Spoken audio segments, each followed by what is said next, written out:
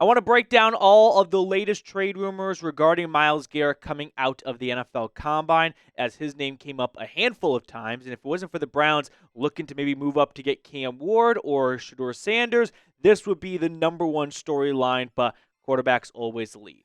I'll open up by saying this to make it abundantly clear. The Browns do not want to trade Myles Garrett. This piece of information is not new. The Browns said this before Myles even requested a trade, that they have no interest in trading Garrett, and that they wouldn't even move off that for 2 first-round picks and more.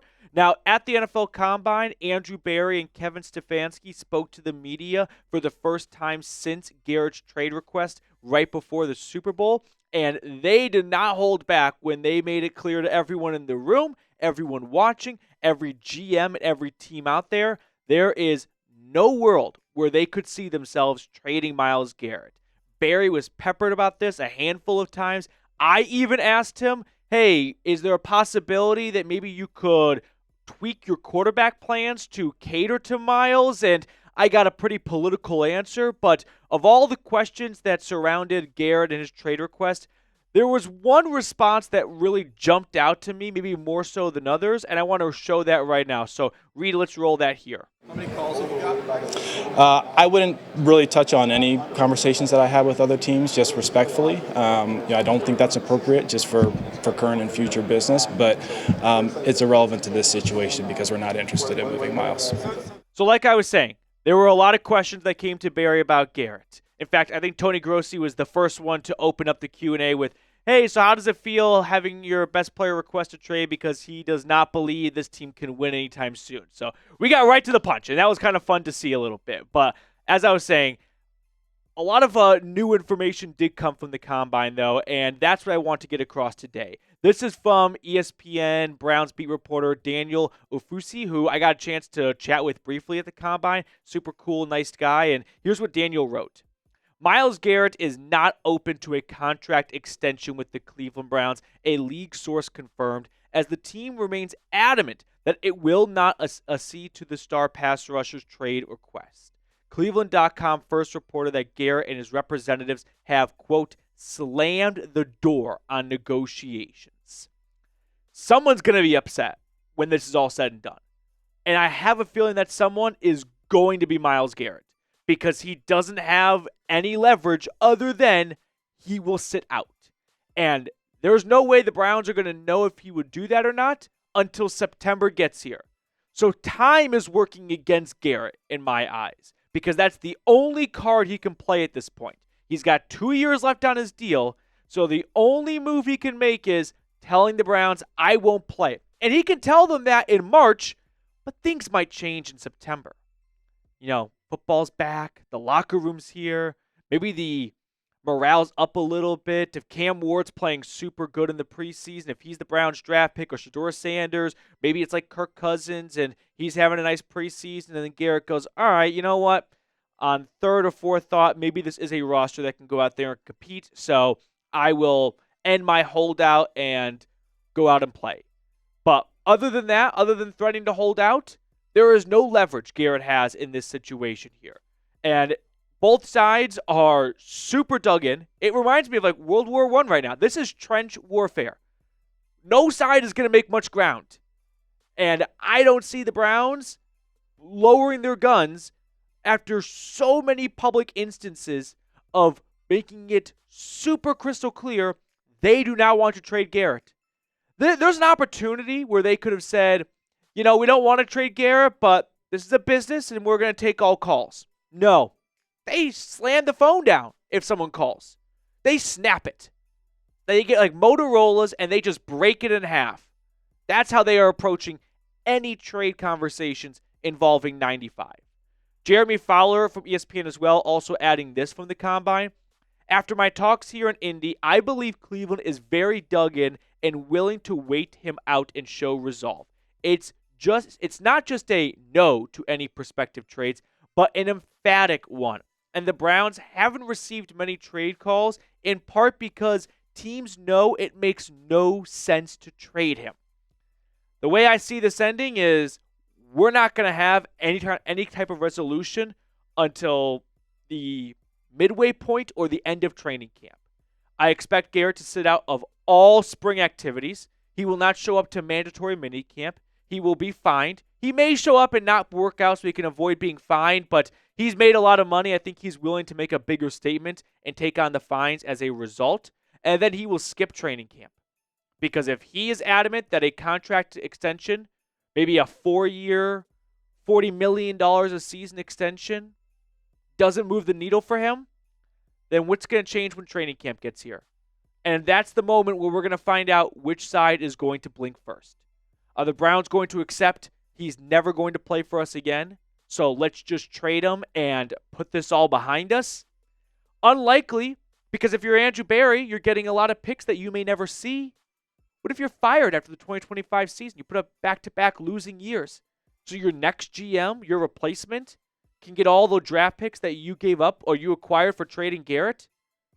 I don't think so. And if you're Myles, are you really willing to sit out an entire year in the prime of your career? I don't think so. But someone's going to bend, or he's going to sit out and both sides are going to be losers. And maybe that is the real possibility here, that he just misses all of 2025 or most of it until some type of agreement is reached. So that's kind of the latest on Garrett. I'll get your thoughts right now. Should the Browns just bite the bullet and trade him? You can give good arguments for both sides here. You can go with no and say, why don't you just wait and see if he warms up to the roster after free agency in the draft? Maybe after seeing what the Browns do, he decides, you know what? I did not believe this team could win, but this is a roster that can win playoff games. So I'm going to, I wouldn't say end my holdout because he's not holding out, but I will, take back my trade request and come play for the Browns. That's the possibility for saying no. The reason for saying yes would be this is just a ginormous shitstorm waiting to happen. And no one wants to deal with the headache, and no one wants to deal with the drama. And so it's best to just cut your losses, get draft picks for 2025 that can help the 2025 roster. Whereas if he holds out and you trade him in August or September, you get draft picks that can't help the 2025 season. And Andrew Berry, like him or not, is possibly not here for those picks. So he has very little incentive to trade him away and get a bunch of first rounders for his replacement to use. This is not going to be a smooth breakup if it does get to that point. That's for sure. As I was saying, though, if you're Berry in Cleveland, I think your Hail Mary is you hope that the draft can change his mind. I don't think it will. I don't think Myles talked to LeBron about his thoughts of the way to go about leaving Cleveland. I think when Garrett revealed on the Rich Eisen show that he talked to LeBron, it was more about of advice for how to handle the post-breakup. Not should you do this. I think when he reached out to LeBron, he wouldn't reach out to him to go, hey, I'm thinking of leaving. What are your thoughts on that? My money's on I want to leave. Any advice on how I can do that the best way possible without burning too many bridges with the fan base? And if you're at that stage, I don't think Cam Ward or Shedeur Sanders is going to all of a sudden dramatically change your mind. Those guys are just not great enough prospects to move the needle to that point. Before we get on to the second half of today's episode, quick shout out to our friends over at Tushy. It is March Madness, and that means there'll be a lot of yelling at your TV, a lot of stress, and maybe you need a little break from all that stress. And I don't want you guys going to the Oval Office and not having a pleasant experience. But with Tushy Bidet, you absolutely will. You see, instead of wiping endlessly with toilet paper, Tushy pristinely removes 99% of bacteria while protecting your natural skin barrier thanks to one natural ingredient, fresh water. Aura is Tushy's brand new electric bidet with an open lid and seat, instant warm water that never runs cold, and UV sterilization for next level hygiene. Every Hello Tushy bidet comes with a 30-day hassle-free return and a 12-month warranty. So reclaim your comfort zone in the bathroom. For a limited time, our listeners can get 10% off their first bidet order when you use code CHAT at checkout. That is 10% off your first bidet order at hellotushy.com with promo code CHAT. I put all of that information for you guys in the comments and description of today's video. It's super simple to use. Take it from someone who lived in the Far East that saw how bidets are a part of everyday life, and it is an absolute game changer. So check them out. Let them know the Browns Report by Chat Sports sent you. If a trade does end up happening and the Browns just decide to walk back everything they've been saying, here are 3 teams that I think are at the front of the list for having major interest in Garrett. The Philadelphia Eagles, I think it was The Athletic, Diana Rossini, someone shortly after the Super Bowl said, don't sleep on the Eagles for trying to acquire Garrett. The Eagles operate like the Browns do. The difference is they have rings to show for it. They push money to the end of the road, right? They kick the can down the road, so to speak, and they maximize their current spending. And that's the same way Andrew Berry operates because he learned it all from Howie Roseman in Philly. So I could see the Eagles not letting money get in the way and looking at this window with Jalen Hurts and Saquon Barkley as a time to strike and not just sit back, relax, and, we'll see if we can run it back with the same crew. No, I could see them wanting to improve their roster. The Bills definitely should have interest in Garrett. They should look at the way the Eagles beat the Chiefs, who Buffalo cannot get past in the postseason, and see the way to beat Mahomes is send 4 and drop 7. Well, you got to have 4 good guys to send. And Garrett is 4 by himself. It's good enough to send, where you do not need to blitz extra linebackers or DBs to generate pressure on Mahomes. And then the Detroit Lions. If you're Detroit, you're probably sitting there thinking, man, we are just right on the outside of these elite playoff teams. They've become a really good regular season team, but now we need some more postseason success to show for. And after getting bounced in their first playoff game last year, coming off a tough NFC Championship loss the season before that, I could see them feeling like a swing for the fences type of move is necessary to get over the Eagles and then take down the Chiefs or the Bills or the Ravens, whoever comes out of the AFC. To wrap it up, though, there's no good outcome coming here. At least I don't believe. The best outcome is Myles wakes up tomorrow and it has like a Freaky Friday moment where it's someone else in his body and it's like, you know what? I don't want to leave Cleveland. I take everything back. But the cat's out of the bag. I don't know how you can return to that locker room without it being somewhat awkward that he does not believe this is a locker room that can go out and win a Super Bowl. Right? He said he does not believe this team can go out and win in the playoffs. So if he signs a big fat contract extension, he's basically selling out for the money. And I think everyone in that locker room is going to know, you don't really think we can win. And that to me is, a bridge too far that you just can't walk back.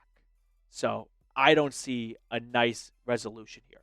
Any other time a trade request was made by a player, Lamar requested a trade from the Ravens, it was all because of contracts and financially related motivating reasons. That is not the case here. He wants to leave because he does not believe the Browns can win. I don't think that any moves the Browns make this offseason will make him feel otherwise, and that's going to be an elephant in the room that follows him all 2025 and possibly beyond. Now, let's switch gears a little bit and talk about some other NFL or let's say AFC North news. So T. Higgins, which he let us know on February 11th, I'm going to let you all know first, and he let everyone know on February 25th when Duke Tobin, the Bengals director of player personnel, said to the media that they want to make T. Higgins a highly paid receiver. T said that was cap, and then not right before, he broke the news himself that the Bengals placed the franchise tag on him. Quick side note here.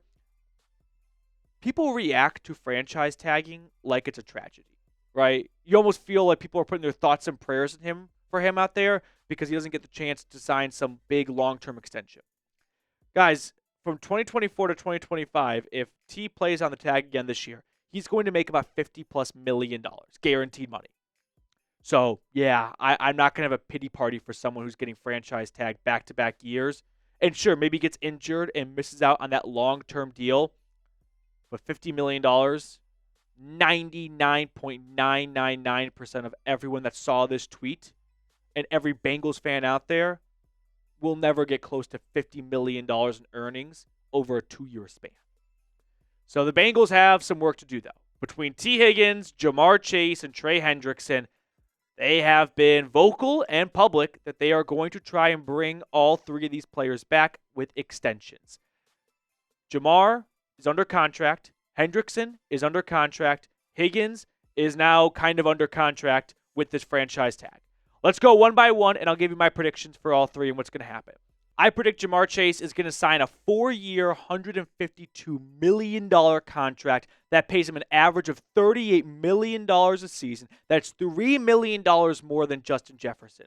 Why the big increase? Because I think the Bengals will try to use this to bring down the guaranteed money. Because when you put out guaranteed money, as an owner, you have to have enough cash set aside in an escrow account to match that guaranteed money just in case you were to go out of business the very next day, which isn't going to happen, but that's the way the rules work in the CBA. So I could see the Bengals going, we're going to give you less guaranteed money, but we'll give you more money overall across a longer period of time for maybe 5 years, and it's still $38 million a season to make up for the less guaranteed. So I think the Bengals are going to put Chase at the top of the priority list, and he's going to get a deal somewhere in this neighborhood done.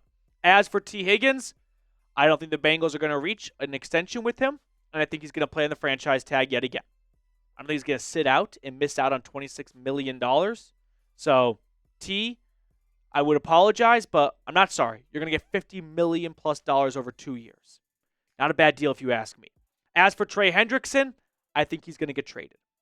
I don't think the Bengals have the cash on hand to do a Chase signing, a Chase extension, T. Higgins, $26 million fully guaranteed, and give Trey Hendrickson, who's 31 years old, a 2 to 3 4-year contract extension.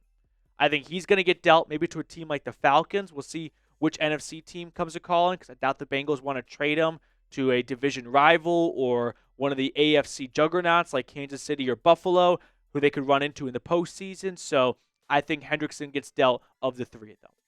Before we sign off, I just want to kind of wrap it up with this here. If you had to pick one AFC North rival to sweep in 2025, who would it be? The Ravens, the Steelers, or the Bengals? I think majority of people watching right now are going to say the Steelers because they hate the Steelers the most. But the Ravens are the tougher team to beat at the moment. Whereas the Bengals, you've had some success against with Kevin Stefanski and Joe Burrow in charge. However, the tide may be changing a little bit based off the Bengals sweeping the Browns this past season. Let's end today's episode with another card pick. Mr. Bartkus, which card do you want to go with? I'm going to go with the 4 of diamonds. 3 of hearts for Reed, 4 diamonds for me. Nope, 2 of spades. 2 of spades. Thank you guys so much for tuning in to a second episode today. We will be back tomorrow with more on the Brownie.